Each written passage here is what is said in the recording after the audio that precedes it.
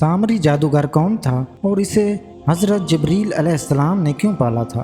फ़िरौन की हलाकत के बाद बनी इसराइल इसके पंजे से आज़ाद होकर सब ईमान लाए और हज़रत मूसा अलैहिस्सलाम को खुदावंद करीम का ये हुक्म हुआ कि वो 40 रातों को कोहे तूर पर एहतिकाफ करें। इसके बाद इन्हें किताब तौरात दी जाएगी। चुनांचे हज़रत मूसा अलैहिस्सलाम कोहे तूर पर चले गए और बनी इसराइल को अपने भाई हज़रत हारून अलैहिस्सलाम के सपुर्द कर दिया। आप 40 दिन तक दिन भर रोज़ा दार रहकर सारी रात इबादत में मशगूल रहते और इधर सामरी को बनी इसराइल को गुमराह करने का मौका मिल गया।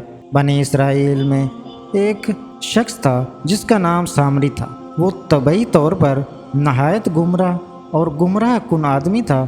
इसकी माँ ने बिरादरी में रुसवाई और बदनामी के डर से इसको पैदा होते ही पहाड़ के एक घार में छोड़ दिया था और हज़रत जिब्रील अलैहिस्सलाम ने अल्लाह के हुक्म से इसको अपनी उंगली से दूध पिला पिला कर पाला था। इसलिए ये हज़रत जिब्रील अलैहिस्सलाम को पहचानता था। इसका पूरा नाम मूसा सामरी है और हज़रत मूसा अलैहिस्सलाम का नाम भी मूसा है। मूसा सामरी को हज़रत जिब्रील अलैहिस्सलाम ने पाला था और हज़रत मूसा अलैहिस्सलाम की परवरिश फ़िरौन के घर हुई थी।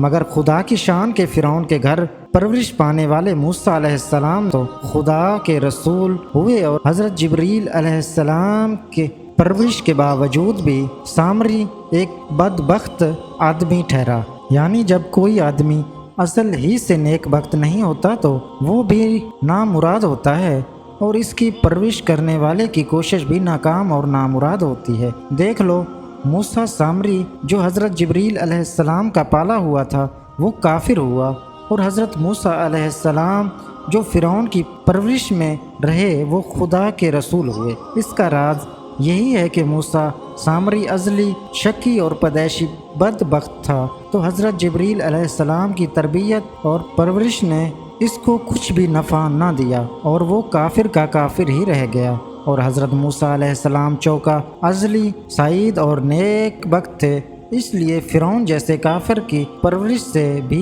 इनको कोई नुकसान नहीं पहुंचा।